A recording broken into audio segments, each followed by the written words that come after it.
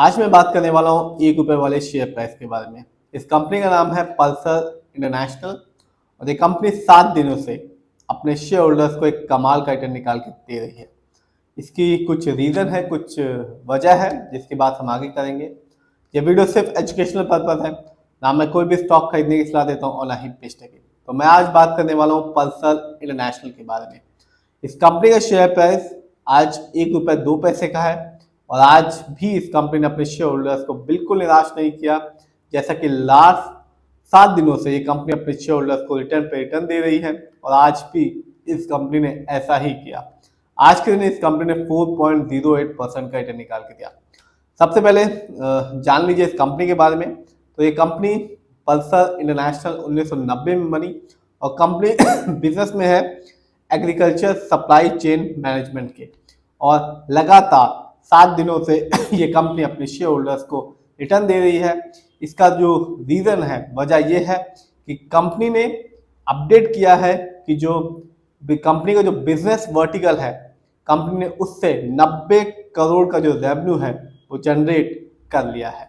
इसकी वजह से जब ये अनाउंसमेंट हुई, जब कंपनी ने बताया 4 दिन पहले, तभी से जो निवेशक है वो इस कंपनी को खरीदने में दिलचस्पी ले रहे हैं और खरीद भी रहे हैं और तभी से इस कंपनी ने अपने शेयर होल्डर्स को लास्ट 7 दिनों से एक अच्छा खासा रिटर्न निकाल के दिया है।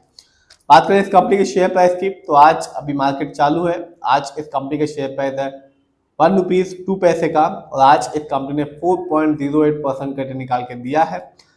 7 दिनों की बात करूं तो इस न्यूज़ की वजह से जिसमें कंपनी ने बताया कि कंपनी ने अपना बिजनेस वर्टिकल से 90 करोड़ का जो रेवेन्यू है वो जनरेट कर लिया है। इसके अनाउंसमेंट के बाद 7 दिनों में कंपनी ने अपने शेयर होल्डर्स को 24.39% का रिटर्न निकाल के दिया।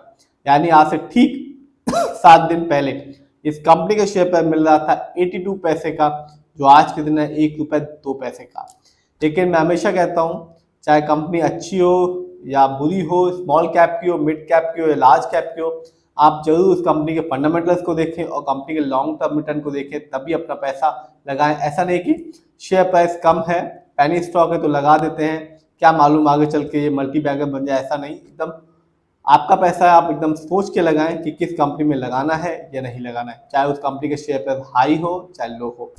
बात करें इस कंपनी की, तो एक साल में इस कंपनी ने अपने शेयर होल्डर्स को बुरी तरह से निराश किया। इस कंपनी के शेयर में गिरावट देखने को मिली 89.86% की। यानी आज से ठीक एक साल पहले इस कंपनी का शेयर प्राइस था ₹10.44, जो आज के दिन घट के हो चुका है ₹1.02 का। तो शेयर मार्केट ऐसा ही होता है। आज से एक साल पहले इस कंपनी का शेयर प्राइस ₹10 था और आज ₹1 है, तो गिरावट साफ देखी जा सकती है।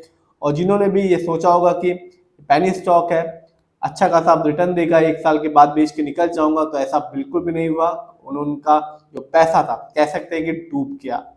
बात करें लॉन्ग टर्म की, स्पेशली 5 साल की, तो 2020 से लेकर 2025 तक इस कंपनी ने अपने शेयर होल्डर्स को माला माल किया। 263% का रिटर्न निकाल के दिया सिर्फ 5 साल में। यानी आज से ठीक 5 साल पहले 2020 में इस कंपनी का शेयर प्राइस था 29 पैसे का, जो आज के दिन बढ़ के है ₹1.02 का। तो लॉन्ग टर्म में तो ठीक ठाक रिटर्न निकाल के दिया इस कंपनी ने, लेकिन एक साल की बात करूं तो बहुत ज्यादा गिरावट साफ देखने को मिल रही है। कहाँ ₹10 का शेयर प्राइस था, कहाँ आज ₹1.02 का है। बात करें इस कंपनी के स्टॉक के परफॉर्मेंस की, तो एक साल में इस कंपनी का जो हाईएस्ट शेयर प्राइस था वो गया ₹9.58 का और एक साल में इस कंपनी का जो लोएस्ट शेयर प्राइस आया वो था ₹0.79 का। फंडामेंटल्स को देखते हैं, तो जो कंपनी का मार्केट कैप है वो है 42 करोड़ का। बहुत ही छोटी कंपनी है, स्मॉल कैप की कंपनी है, बहुत ही कम मार्केट कैप है, सिर्फ 42 करोड़ का है। पीबी रेशियो 0.87 है, शेयर मार्केट में एक अच्छा पीबी रेशियो कहलाता है, 1 या तो बिलो 3।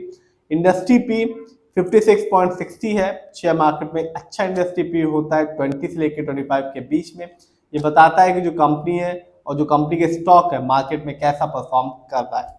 डेब्ट टू इक्विटी नहीं है, यानी कि इस कंपनी पर किसी भी तरह का कोई लोन कर्ज नहीं है। आरओई कम है, 6.35% है, शेयर मार्केट में एक अच्छा आरओई कहलाता है 15 से लेके 20% के बीच में। आरओई बहुत इंपॉर्टेंट चीज होती है और जब भी आप किसी कंपनी के फंडामेंटल्स को देखें तो आरओई जरूर देखें। क्योंकि ये बताता है कंपनी कैसे शेयर होल्डर्स के पैसे को इस्तेमाल कर रही है। सही से करती है तो फ्यूचर में चल के एक अच्छा रिटर्न देखने को मिलता है, सही से नहीं कर पाती जो रिटर्न पाने की जो पॉसिबिलिटीज होती है वो कम हो जाती है। इस कंपनी का ईपीएस बहुत ही कम है, 0.08 है। शेयर मार्केट में एक अच्छा ईपीएस कहलाता है 80 और उससे ज्यादा का। ईपीएस ये बताता है कंपनी ने लास्ट 12 महीने में कितना कमाया, और इस कंपनी के ईपीएस को देख के लगता है कंपनी ने कुछ भी नहीं कमाया। देखते हैं इस कंपनी के फाइनेंशियल कंडीशन को। तो जो कंपनी का रेवेन्यू रहा दिसंबर क्वार्टर में वो था 39.64 करोड़ का, जबकि 2025 में इस कंपनी का ईयरली रेवेन्यू था 31.17 करोड़ का। प्रॉफिट दिसंबर क्वार्टर में इस कंपनी का प्रॉफिट था 3.29 करोड़ का, जबकि 2025 में इस कंपनी का ईयरली प्रॉफिट था 1.76 करोड़ का। नेटवर्थ, कंपनी का नेटवर्थ 2025 में रहा 12.08 करोड़ का, जबकि 2024 में इस कंपनी का नेटवर्थ था 11.02 करोड़ का। आइए जानते हैं और देखते हैं इस कंपनी के शेयर होल्डिंग पैटर्न को। तो साफ है, रिटेलर्स यानी कि हम लोग का पैसा या हम लोग की वजह से ही ये जो कंपनी है वो चल रही है। रिटेलर्स का पैसा लगा हुआ है 97.47% का, जबकि प्रमोटर की होल्डिंग सिर्फ 2.53% है। यानी कि ये कंपनी जो है वो रिटेलर्स के दम पे यानी कि हम लोग के दम पे चल रही है। प्रमोटर ने अपना सारा का सारा पैसा इस कंपनी से निकाल लिया है, और ये बताता है शेयर होल्डिंग पैटर्न की 97% की होल्डिंग सिर्फ रिटेलर्स की है, और सिर्फ 2%, 2.5% की जो होल्डिंग है, पैसा लगा हुआ है, वो सिर्फ प्रमोटर का लगा हुआ है। तो शेयर प्राइस तो 1 रुपए का है, लेकिन एक साल में इस कंपनी ने निराश किया। कहीं 10 रुपए का शेयर प्राइस था और एक साल में आज 1 रुपए का शेयर प्राइस हो चुका है। तो गिरावट साफ देखने को मिलती है इस कंपनी में। और लॉन्ग टर्म में 5 साल में तो ठीक ठाक रिटर्न निकाल के दिया, 263% का रिटर्न निकाल के दिया, लेकिन गिरावट साफ देखने को मिल सकती है इस कंपनी में। फिर भी आप जिसमें भी पैसा लगाएं, खुद रिसर्च करें, एनालाइज करें, अपने फाइनेंशियल एडवाइजर की राय लें, तभी अपने पैसे को शेयर मार्केट में लगाएं।